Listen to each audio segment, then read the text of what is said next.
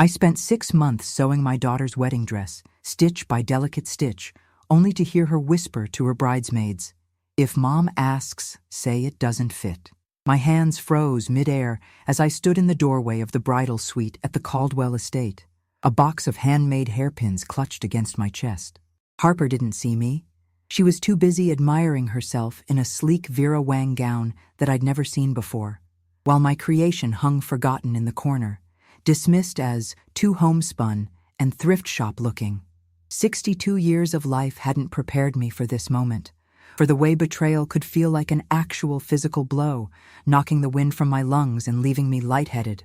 I backed away silently, my sensible shoes making no sound on the plush carpet, and slipped out before anyone noticed. 3 decades of teaching literature at Oak Ridge High School had given me enough sense of dramatic timing to know when to make a quiet exit.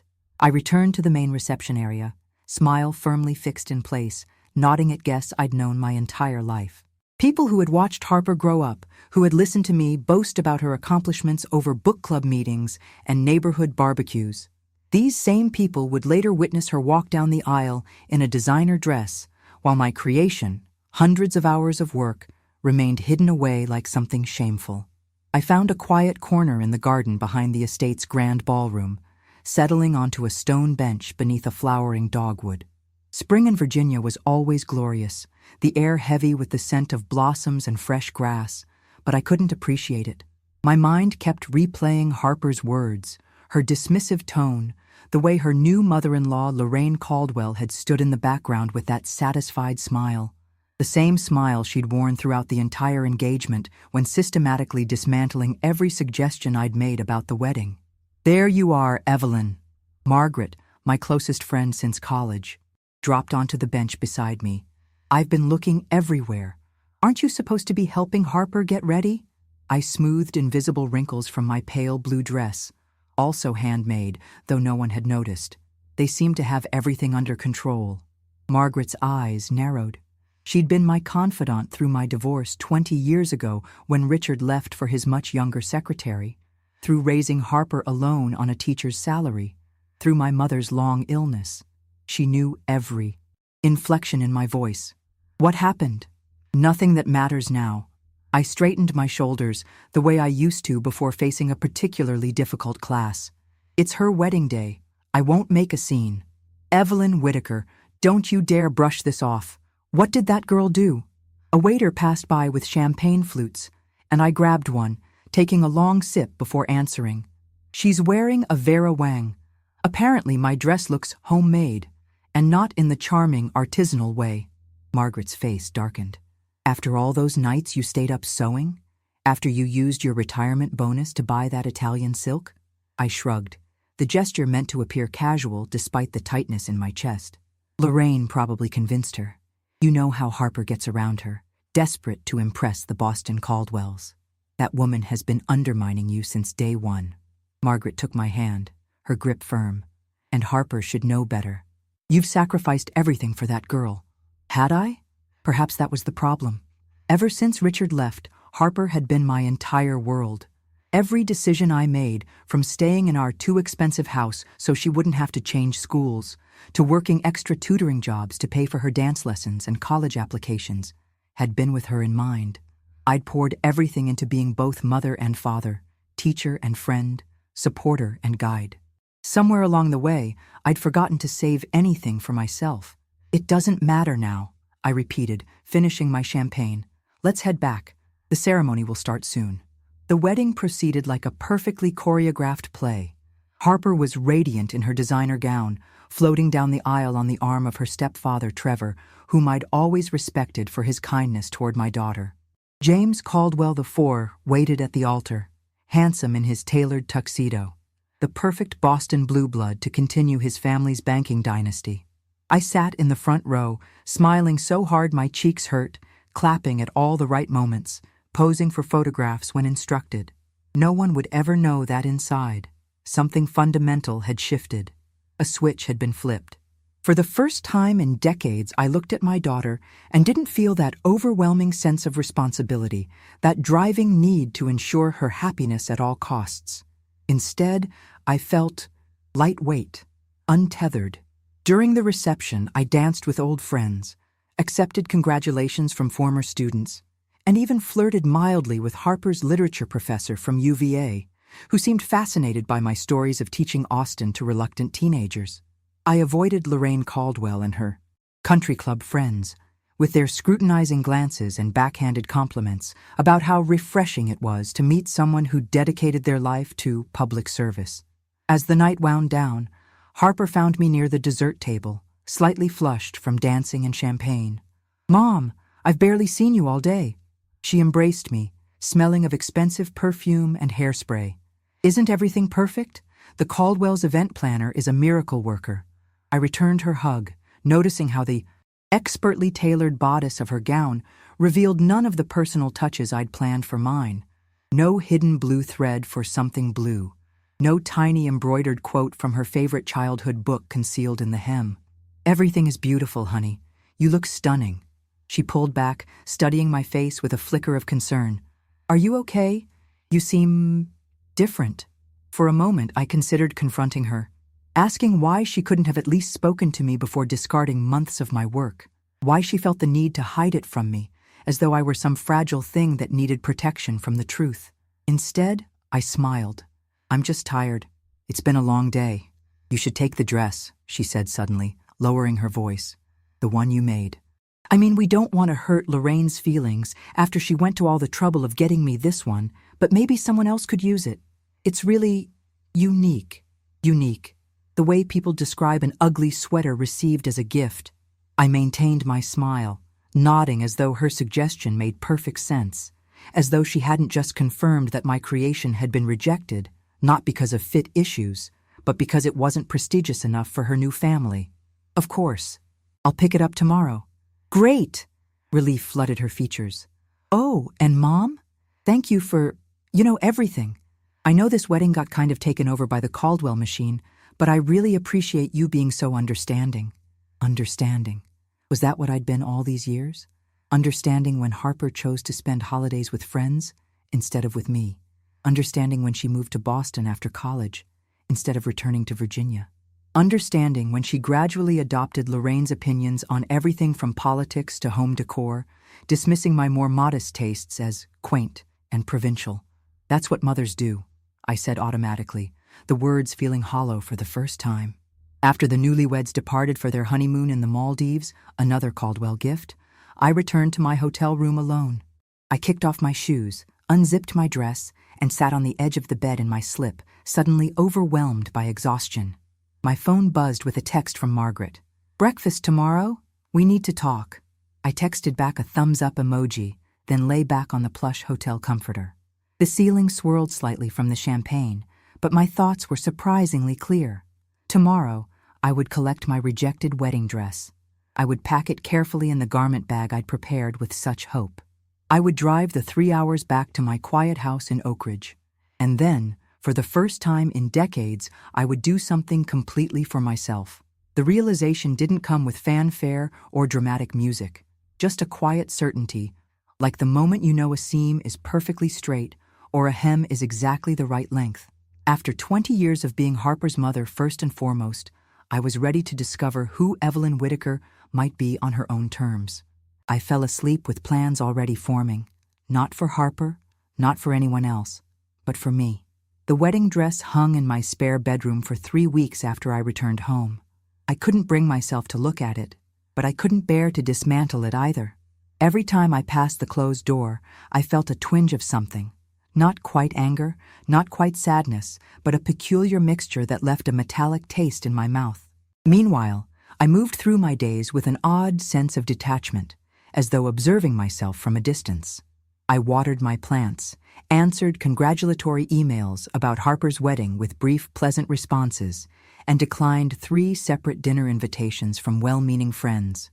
At night, I sat on my back porch with glasses of wine, watching fireflies appear in the gathering darkness of my modest garden, wondering why I didn't feel more devastated. Rejection, especially from one's only child, should hurt more than this, shouldn't it? "You're in shock," Margaret declared over our weekly phone call. "First, there was all the wedding stress, then the dress debacle. Your brain is protecting you." "Maybe," I conceded, though it didn't feel like shock. It felt like space, like someone had removed a heavy backpack I'd been carrying so long I'd forgotten it was there. Or maybe I'm just tired of caring so much about what other people think. Including Harper? Especially Harper. The silence that followed felt significant, as though we'd both recognized a fundamental shift in the universe. "What are you going to do with the dress?" Margaret finally asked. I glanced toward the spare room. "I don't know. It seems wrong to just throw it away." "Send it to me," she suggested immediately. "I'll put it on Etsy or something. Someone will appreciate that craftsmanship." I thanked her but declined. Something about commodifying that particular rejection felt wrong. The dress represented hundreds of hours of work, yes, but also a lifetime of maternal sacrifice. Selling it for a fraction of its worth seemed like the final insult. The answer came unexpectedly, the following Saturday, when my niece Delaney called. My sister Jane's daughter was the opposite of Harper in many ways, practical where Harper was dramatic, straightforward where Harper was diplomatic, content with simplicity where Harper constantly reached for more. "Aunt Evelyn, I hate to bother you, but I'm in a bit of a panic." Delaney's voice carried the slight twang of southwestern Virginia, where she'd grown up. "Remember I told you about that charity gala next month? For the literacy foundation I'm working with?" "Of course." I smiled despite myself. Delaney had followed in my footsteps, becoming an English teacher in a small town outside Roanoke. She'd recently started a program bringing books and reading support to underserved rural communities. "Well, I've been saving for a decent dress, but everything in my price range looks like prom night leftovers. I was wondering," she hesitated, "do you still have that trunk of vintage clothes from Grandma? Maybe there's something I could alter?" I found myself walking toward the spare bedroom, drawn by an idea so obvious I wondered why it hadn't occurred to me before. "Actually, I might have something better. How do you feel about ivory? For an evening gala?" She sounded dubious. "Trust me," I said, opening the door and flipping on the light. There it stood on the dressmaker's dummy. Layers of Italian silk and handmade lace, hundreds of tiny seed pearls sewn in constellations across the bodice. The subtle champagne undertones that would complement Delaney's warm complexion far better than they would have Harper's cooler coloring. I have a dress that needs a second chance. 2 days later, Delaney drove up from Roanoke, her ancient Honda coughing into my driveway around noon. She bounded out, all energy and smiles, wrapping me in a hug that smelled of drugstore shampoo and coffee. "This better be good," she teased. I called in a substitute for Monday so I could stay overnight. I led her upstairs without preamble, pushing open the spare room door with a mixture of anticipation and trepidation. Would she see what Harper had seen? Something embarrassingly homemade, painfully earnest in its craftsmanship? Delaney stopped in the doorway, one hand flying to her mouth. "Aunt Evelyn, that's not just a dress. That's a work of art." The knot in my chest loosened slightly. It was supposed to be Harper's wedding dress. Her eyes widened. "But she wore that designer thing, the one in all the pictures. Vera Wang." I kept my voice neutral. This one wasn't quite what she had in mind. Delaney circled the dress slowly, reaching out to touch the delicate beadwork with reverent fingers. "She's insane. This is the most beautiful thing I've ever seen." "Try it on," I suggested, surprised by my own eagerness. "We're different sizes, but I can mark alterations." To my amazement, the dress required minimal adjustment. Delaney was curvier than Harper, with a more athletic build from years of hiking the Blue Ridge trails, but the dress had been designed with careful seam allowances that could be let out. Where Harper would have worn it with sophisticated restraint, Delaney inhabited it, spinning around my spare room with childlike delight, the skirt billowing around her. "I feel like a fairy tale," she breathed, examining herself in the full-length mirror. "Not a princess. Something better, like a warrior queen or a woodland goddess." I laughed, genuinely laughed, for what felt like the first time in months. "It suits you. I should have made it for you in the first place. Can I really borrow this for my little charity gala?" I studied her reflection, noting how the dress highlighted everything vibrant and genuine about her. "It's not alone. It's yours. Aunt Evelyn, I can't. You can and you will." I started pinning the areas that needed adjustment. "This dress was made with love. It deserves to be worn by someone who appreciates it." I chose to give my rejected creation a second chance. Would you have done the same in my position? I'm curious about what you might have done differently. Share your thoughts below. We spent the rest of the day altering the gown, ordering pizza when we got hungry, working well into the evening. I taught Delaney the backstitch I'd used for the seams, showed her how I'd hand-rolled the hem, explained the technique for applying the tiny pearls. She absorbed everything with genuine interest, asking questions that revealed a thoughtfulness Harper had never shown toward my craft. "Mom says you used to make all your own clothes," Delaney said as we worked. "And Harper's too, when she was little." I nodded, remembering the smocked dresses and tiny overalls, the Halloween costumes and Easter outfits, until Harper started middle school and decided homemade wasn't cool anymore. "Kids are stupid," Delaney declared loyally. "I wore that patchwork jacket you made me until it literally fell apart. My roommate in college tried to steal it." After she left the next day, dress carefully packed in my best garment bag, the house felt different. The spare room was no longer a shrine to rejection, but a workshop where something magical had happened. I found myself lingering there, running my fingers over spools of thread, reorganizing fabric scraps, mentally designing garments for the first time in years. 3 weeks later, Delaney called again, her voice pitched high with excitement. "Aunt Evelyn, you're not going to believe what happened. My friend Savannah, you remember the one who does photography? She took some pictures of me in the dress at the gala. She posted them on Instagram and they've gone viral, like thousands of likes, hundreds of comments. Everyone wants to know who designed the dress." I sat down heavily at my kitchen table. "That's unexpected. People are obsessed with it. Savannah's been fielding inquiries all day. 2 local brides have already asked if the designer would consider making wedding dresses. And there's this woman from Richmond who owns a boutique. She wants to talk about possibly carrying your work." "My work?" I repeated, dazed. "I hope you don't mind, but I told everyone it was your original design. I've been sending them to your email. You should check it. Oh, and I created a hashtag, Evelyn Whitaker Original. It's trending locally." After we hung up, I opened my laptop with trembling hands. My inbox contained 43 new messages, ranging from complimentary notes to serious business inquiries. Savannah had attached the photos, and I gasped when I saw them.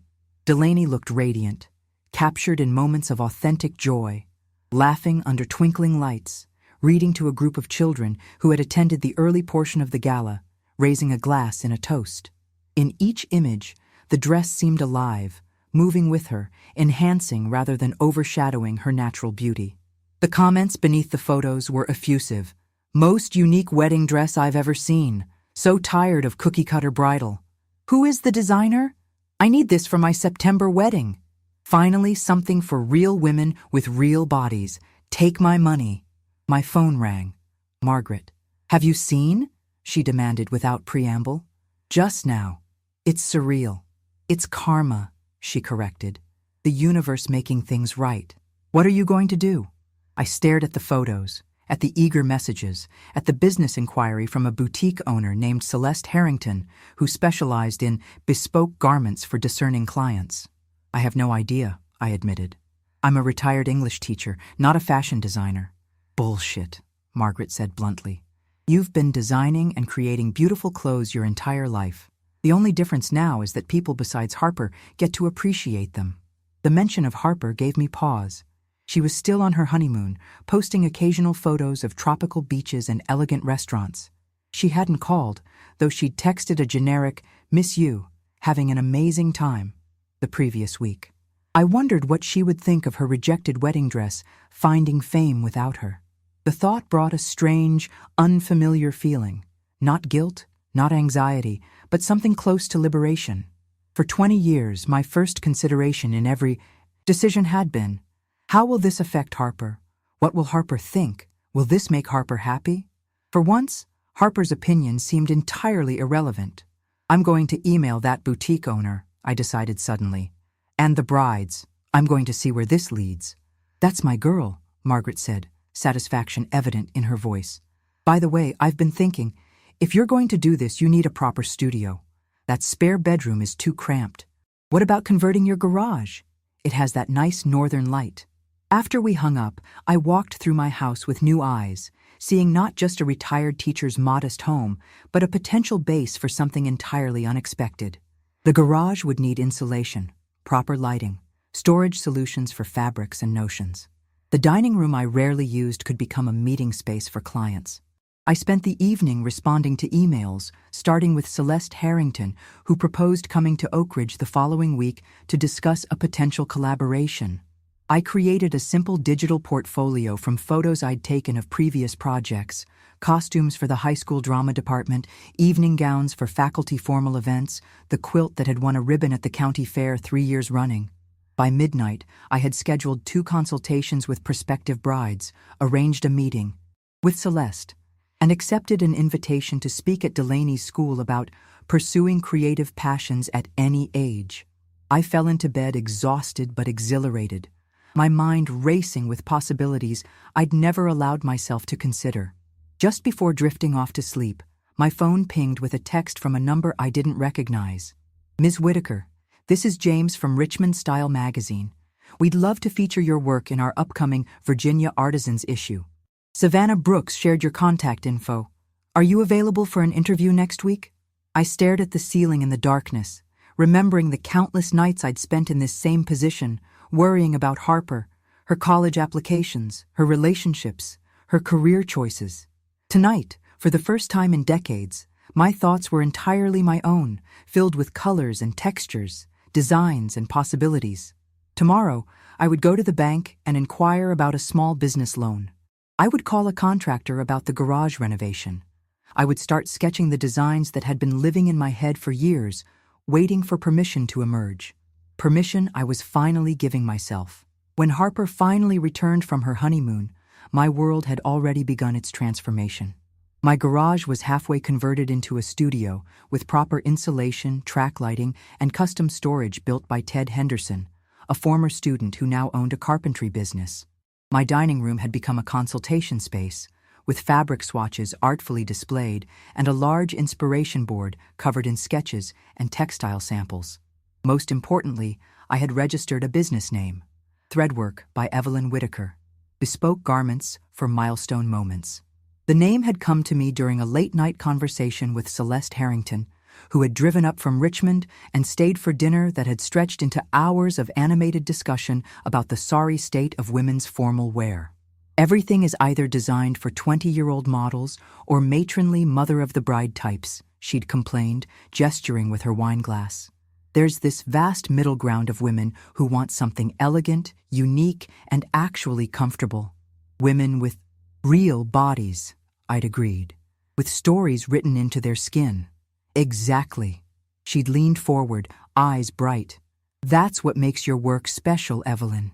You're not just creating garments, you're creating second skins that honor the wearer's journey. Every stitch tells a story. It's like threadwork. The word had resonated immediately.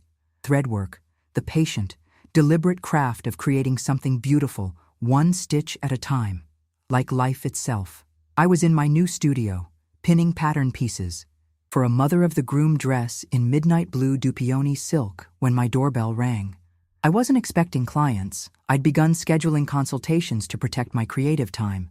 But when I opened the door, Harper stood on my porch, looking tanned and slightly uncertain. Surprise! She attempted a bright smile that didn't quite reach her eyes. I thought I'd drop in on my way back from the airport. James had to go straight to the office, some banking crisis or other. I embraced her, inhaling the unfamiliar scent of expensive perfume and coconut oil. "You look wonderful. How was the Maldives?"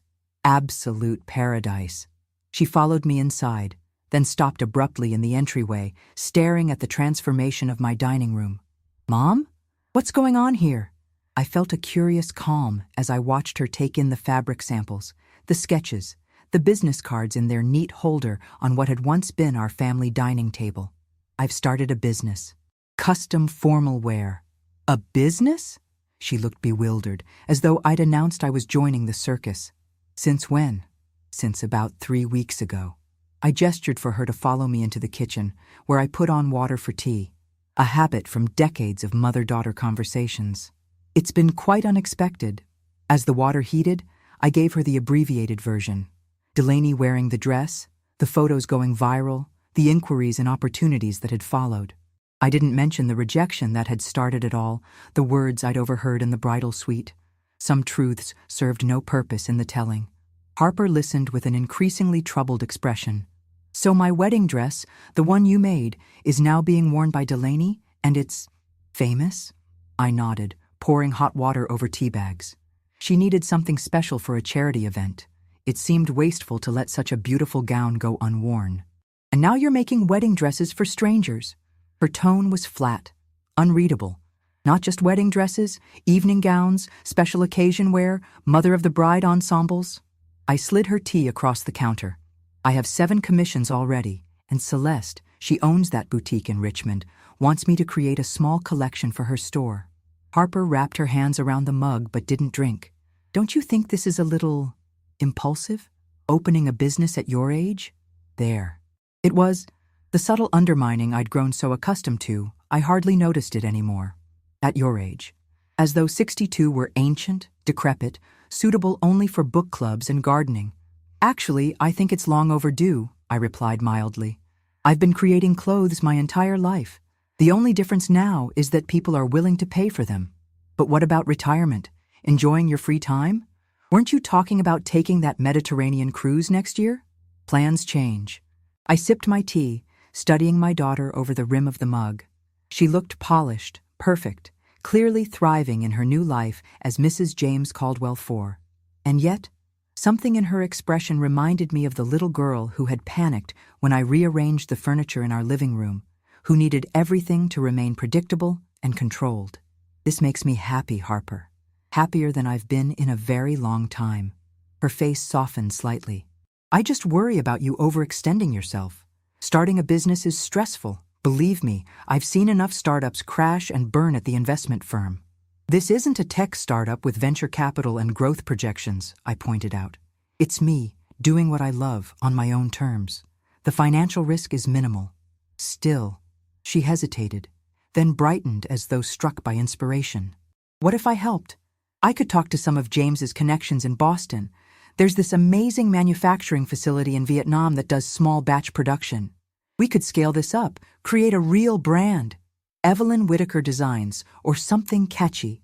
I felt a familiar sensation, the slight pressure in my chest that always appeared when Harper tried to take over, to improve, to remake things in her image of success. For years, I'd yielded to that pressure, grateful for her interest, her approval, her validation. Not this time. "That's a generous offer," I said carefully, "but I'm not interested in scaling up or outsourcing production. The whole point of threadwork is that each piece is handmade, one of a kind, created specifically for the individual who will wear it. But Mom, that's not sustainable. You'll burn out trying to make everything yourself. Perhaps eventually, I'll train an apprentice or 2. There are several talented young people in the community college's textile program who might be interested." I set down my mug with finality. "But mass production, even small batch, would defeat the entire purpose of what I'm creating." Harper's expression cycled through confusion, frustration, and finally, a kind of resigned disappointment I recognized all too well. It was the same look she'd given me when I'd declined to upgrade to a newer home in a better neighborhood, when I'd chosen to remain at Oak Ridge High rather than pursue an administration position, when I'd refused to let her pay for a cosmetic procedure she thought would take years off my face. "I'm just trying to help," she said, the slight edge in her voice betraying her irritation. "This could be really successful if I'd just do it your way," I finished gently. The silence between us felt weighted with decades of similar conversations, of her ambitions for me that never quite aligned with my own desires. "I don't need help, Harper. I need support. There's a difference." She blinked, clearly unused to this directness from me. For a moment I glimpsed something vulnerable beneath her polished exterior, perhaps recognition that our relationship was shifting in ways she hadn't anticipated. "Would you like to see what I'm working on?" I offered, extending an olive branch. "It's a commission for a woman celebrating her 40th wedding anniversary. The fabric is incredible, hand-dyed silk from a small workshop in North Carolina." After a slight hesitation, she nodded. I led her to the studio, watching as she took in the transformed space.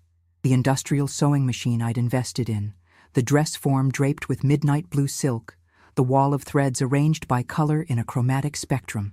"This is impressive," she admitted, running her fingers over a bolt of emerald velvet. "I had no idea you were this serious about it." "I've always been serious about my craft," I corrected her. "What's new is giving myself permission to prioritize it." The rest of her visit passed in safer conversation, updates about their new apartment in Boston's Back Bay, anecdotes from the honeymoon, carefully edited reports of Lorraine's latest social triumphs.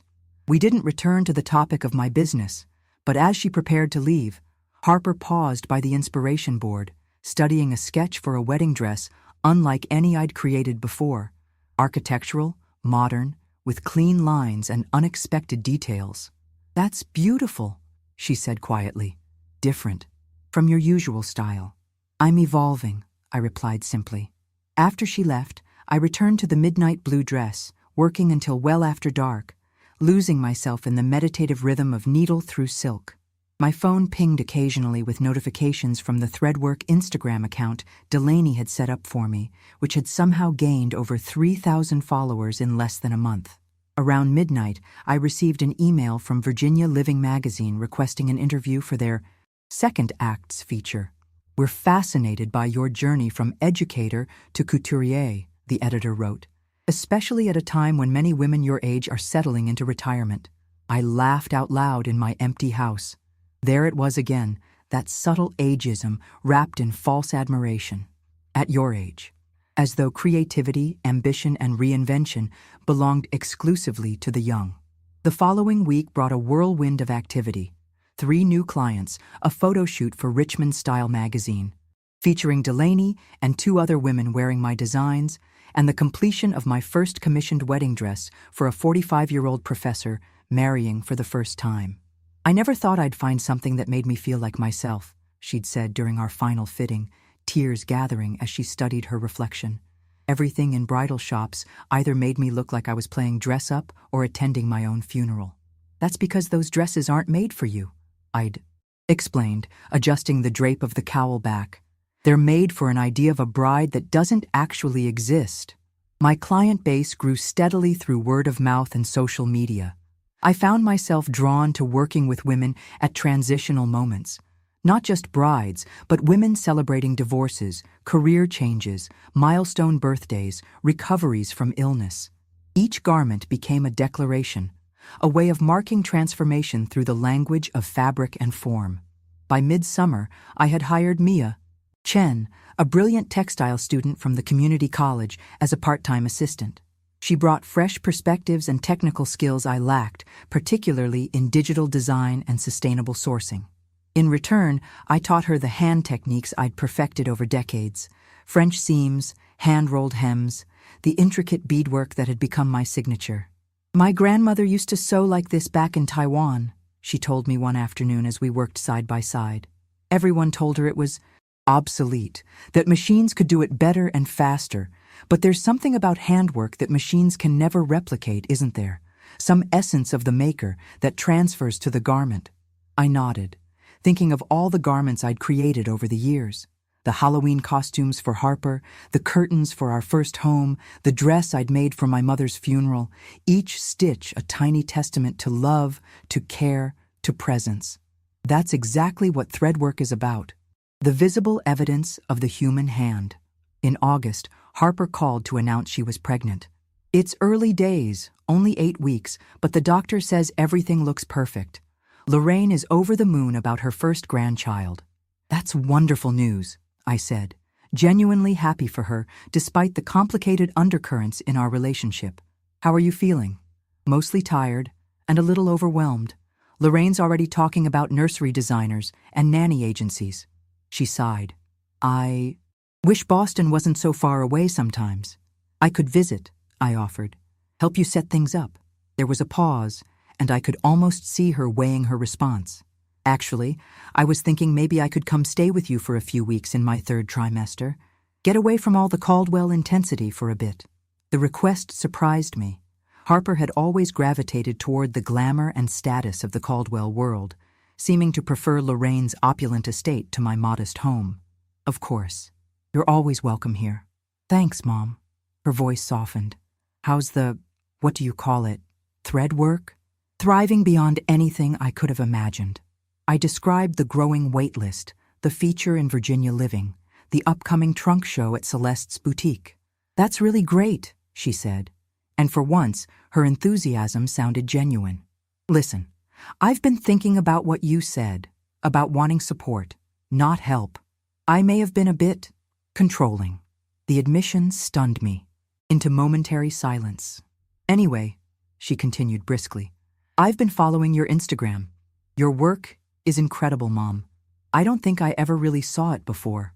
After we hung up, I sat in my studio, watching late summer light filter through the windows, casting golden patterns across the fabric draped over my work table. Outside, cicadas buzzed in the maple tree, a familiar soundtrack to August evenings in Virginia. My phone buzzed with a text from Margaret. Have you seen the email from Netflix, documentary division? I hadn't, but there it was in my inbox, an inquiry about featuring threadwork in a series about artisans and makers across America. We're particularly interested in your focus on women in transition, the producer wrote. The idea that clothing can be armor, celebration, and reclamation all at once. I set the phone down, momentarily overwhelmed. 6 months ago, I had been a retired English teacher whose greatest creative achievement had been rejected by her own daughter. Now, I was being approached by Netflix, featured in magazines, celebrated for work I'd been doing quietly my entire life. The irony wasn't lost on me, that the very rejection that had initially devastated me had become the catalyst for this unexpected renaissance. Had Harper accepted the wedding dress I'd made, it would have been worn once, preserved in tissue paper, and eventually forgotten. Instead, it had become the cornerstone of a new chapter I'd never dared to imagine for myself. I picked up a length of ivory silk that had just arrived from a fair trade cooperative in India. It was destined to become a wedding dress for a 68-year-old bride who had found love again after a decade of widowhood. Something simple but significant, she'd requested. I've done the big white wedding before. This time I want to feel like myself, only more so. As I spread the silk across my work table, I thought about transformation, how it rarely arrives in the form we expect, how the most painful moments sometimes contain the seeds of unexpected joy. I thought about Harper, about the complex love between mothers and daughters, about how letting go can sometimes be the greatest gift we give each other. And then I began to cut the fabric, my shears moving with confident precision, creating the first components of a garment that would mark one woman's brave step into a future she had never anticipated, but had found the courage to embrace, just as I had. The Netflix documentary aired 18 months after Harper's wedding, by which time threadwork had outgrown my converted garage. I'd leased a small storefront in downtown Oak Ridge, a charming brick building that had once housed the town's first library. With vaulted ceilings, abundant natural light, and original hardwood floors, it provided the perfect backdrop for the work I was now creating with a team of 3. Mia, who had graduated and joined full-time as my associate designer.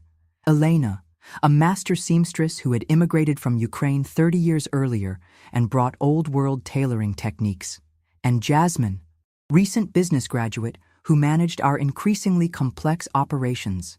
The documentary, titled Woven America's Artisan Renaissance, devoted 40 minutes to threadwork, tracing its unlikely origin story and showcasing the women who wore my designs.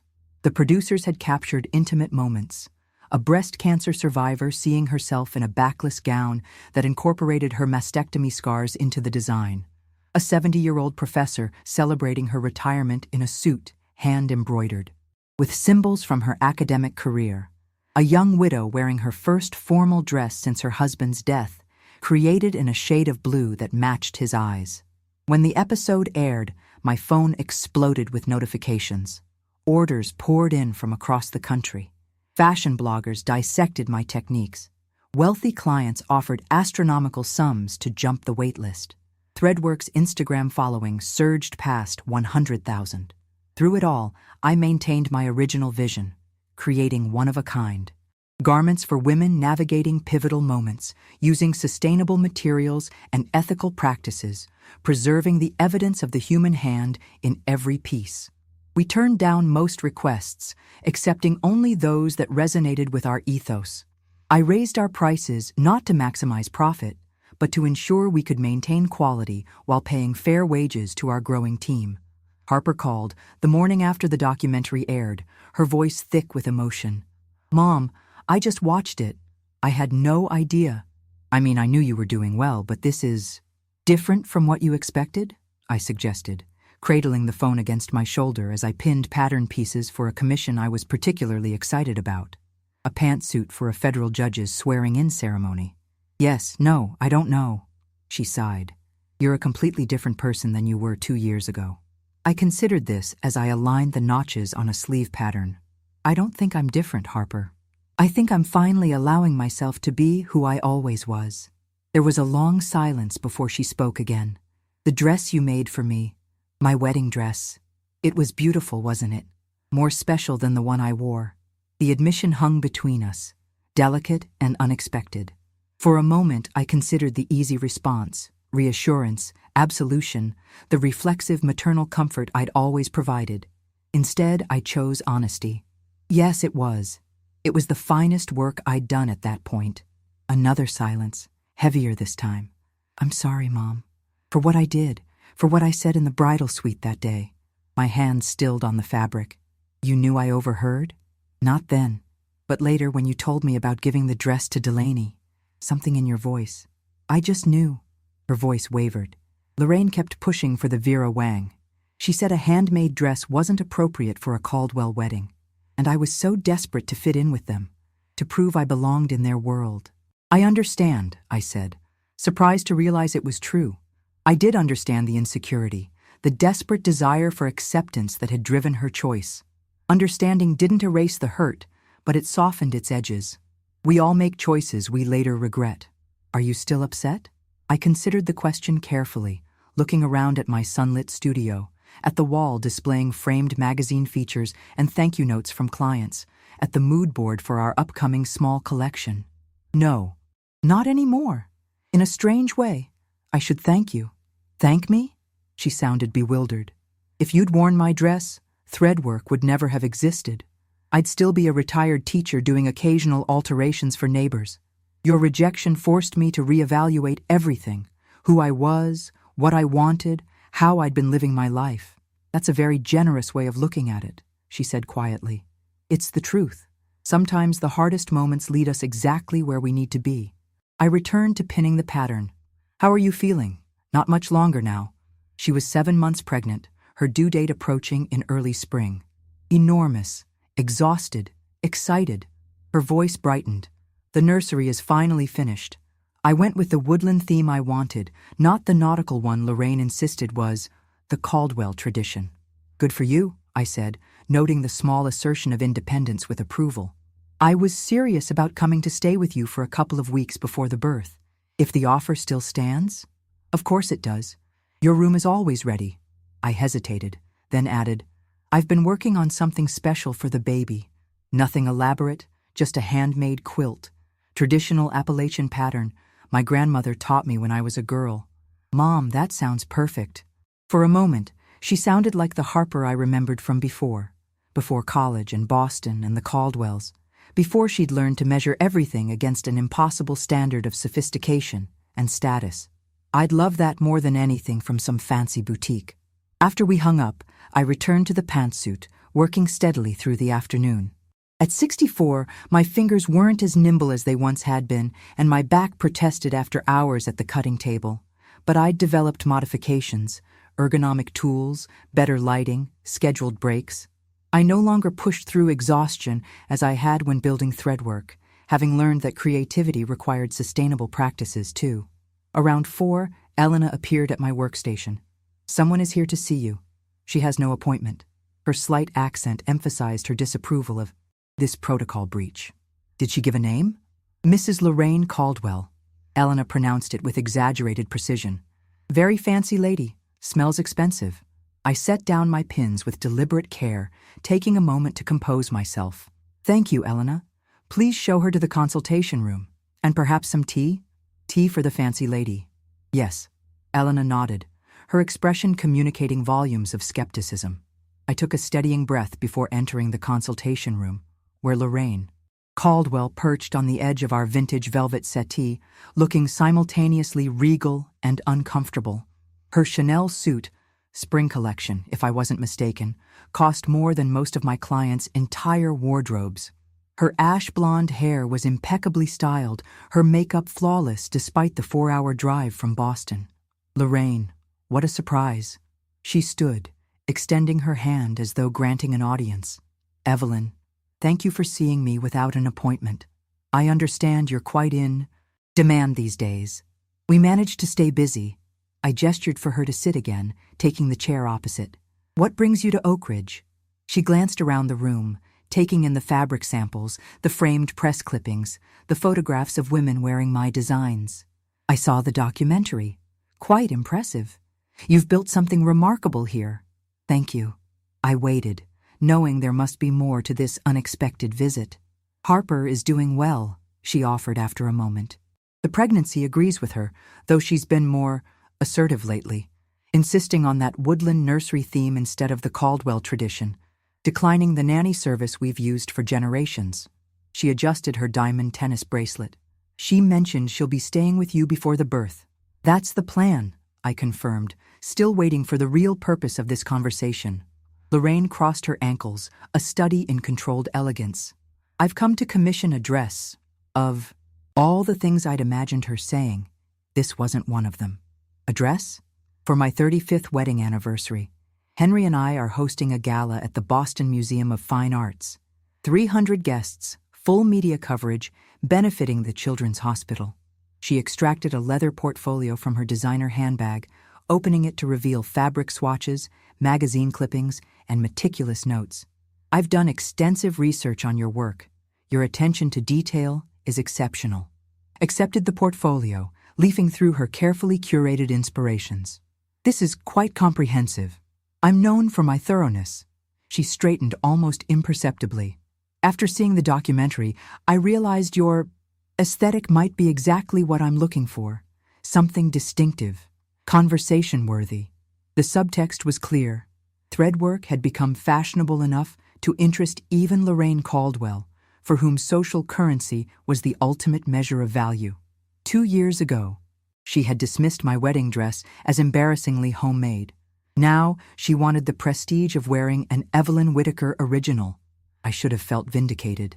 Instead, I felt a curious emptiness, a recognition that her approval, like Harper's, no longer held the power it once might have. I appreciate your interest, Lorraine. Unfortunately, we're fully booked through the next 18 months, and truthfully, I'm not sure we're the right fit for your needs. Her carefully composed expression faltered. I don't understand.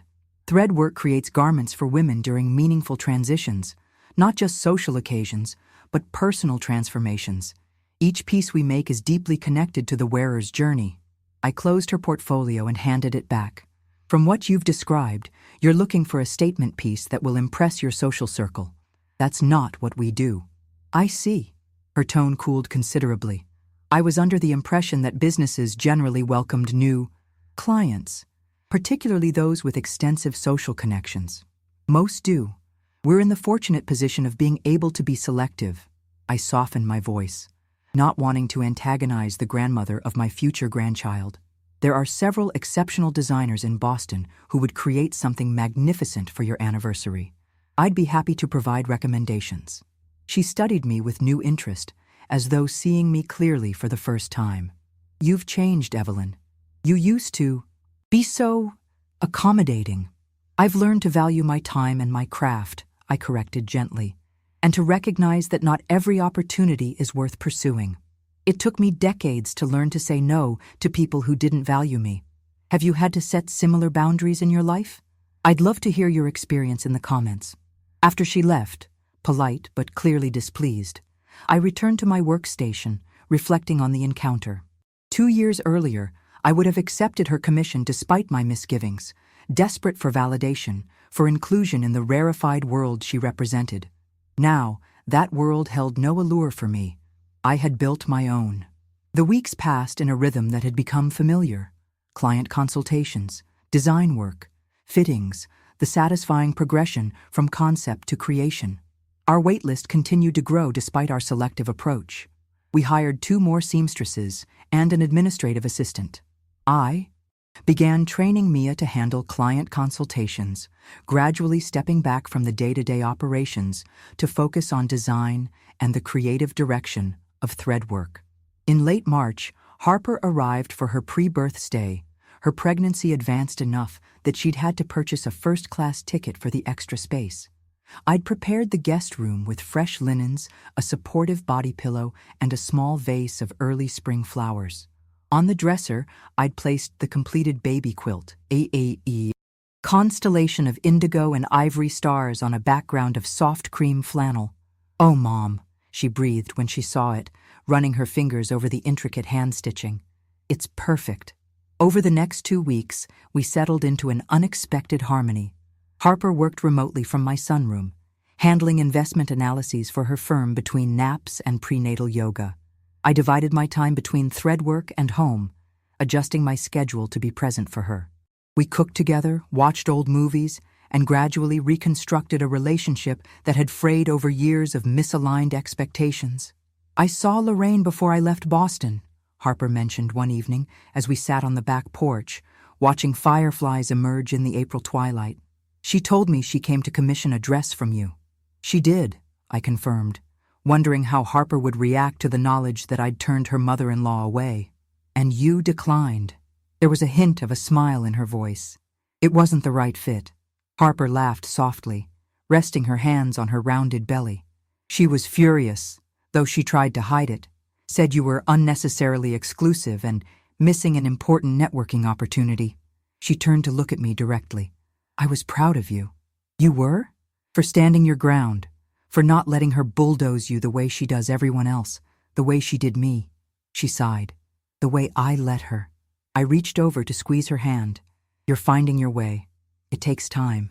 I don't want to make the same mistakes with this one." She patted her belly. "I don't want to teach my daughter that appearances matter more than authenticity, or that other people's approval is worth sacrificing her own vision." "Daughter?" I hadn't known they'd learned the baby's sex. Harper nodded, her expression softening. "Evelyn Jane Caldwell, if that's okay with you." James suggested it. I blinked back sudden tears. "It's more than okay." 2 days later, Harper went into labor 3 weeks early. We made it to the hospital in record time, and I called James, who chartered a private flight from Boston. The birth was quick for a first baby, just 6 hours from start to finish. Little Evelyn Jane entered the world at 3:47 a.m., weighing 6 pounds even, with a shock of dark hair and a determined cry. Standing by the hospital window, holding my granddaughter while Harper slept, I studied the tiny face that somehow combined features from both our families. Harper's delicate nose, James's strong chin, my mother's distinctive brow. She was wrapped in the quilt I'd made, the indigo stars stark against her fair skin. "Hello, little one," I whispered. "Welcome to the world. You're going to have quite the journey ahead." In that quiet moment, I reflected on my own unexpected journey. From dedicated teacher to rejected mother to celebrated designer. From a woman who had structured her entire identity around her daughter's needs to someone who had reclaimed her own creative voice and built a community around it. The Netflix producers had asked me once what had been the most surprising aspect of Threadwork's success. That it came from rejection, I'd told them. That the moment I thought would break me actually set me free. As I held my granddaughter, I silently promised her something different than what I'd given Harper. Not self-sacrifice and accommodation, but the example of a woman who had found her purpose and pursued it with integrity.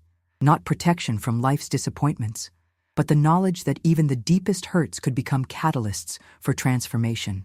Outside the hospital window, dawn broke over the Virginia mountains, painting the landscape in shades of promise. In a few hours, James would arrive.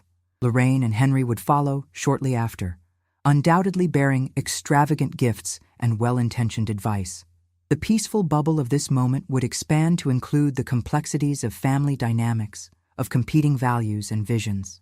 But for now, it was just the two of us, a new life at the beginning of her story, and a woman in her 60s who had discovered that hers was far from over.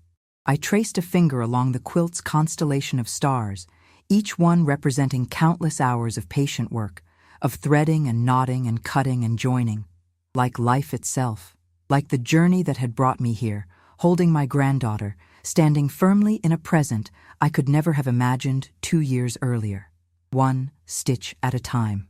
If you enjoyed my story of transformation after heartbreak, hit subscribe and the notification bell. New chapters of resilience every week, because sometimes rejection is just redirection in disguise.